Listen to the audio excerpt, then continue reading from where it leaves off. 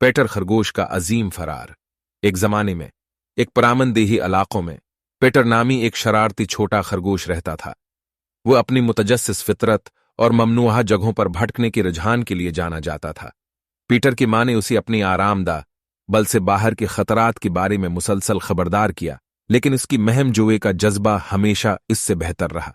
एक धूप वाली सुबह जब मसज रैबट दौर थी, पेटर मुस्टर में ग्रिगोर की बाग की रगबत को बर्दाश्त नहीं कर सका।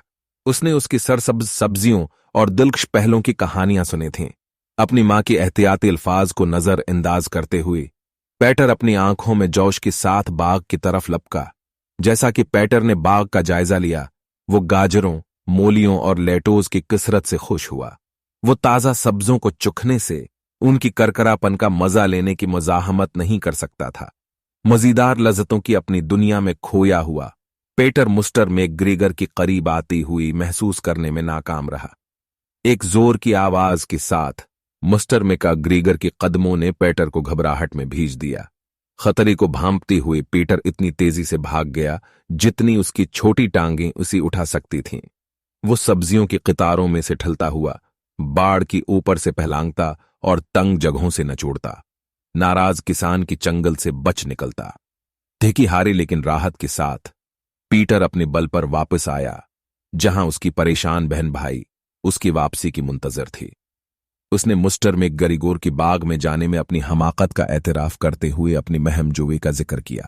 पीटर की बहन भाइयों ने गौर से सुना, उसकी गलत महमजूई से सीखा और मुस्तकबल में ममनुआ जगहों से दूर रहने का अहद किया।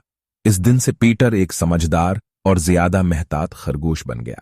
उसने अपनी मां की मशहूरी सुनने और उनकी मानूस माहौल की हिफाजत में रहने की अहमियत को समझा। अगरचा उसकी महमजूई का जज्बा बरकरार था, पेटर ने सीखा कि कुछ महमजूई का बेहतरीन दौर से लुत्फ उठाया गया था, और इस तरह पेटर खरगोश की अजीम फरार की कहानी नस्ल दर नस्ल मुंतकिल होने वाली एक एहतियाती कहानी बन गई, जो नौजवान खरगोशों को अपनी वालदीन की हुकमत पर ध्यान देने और अपनी आजिज घर की खुशियों की तारीफ करने की याद दिलाती है।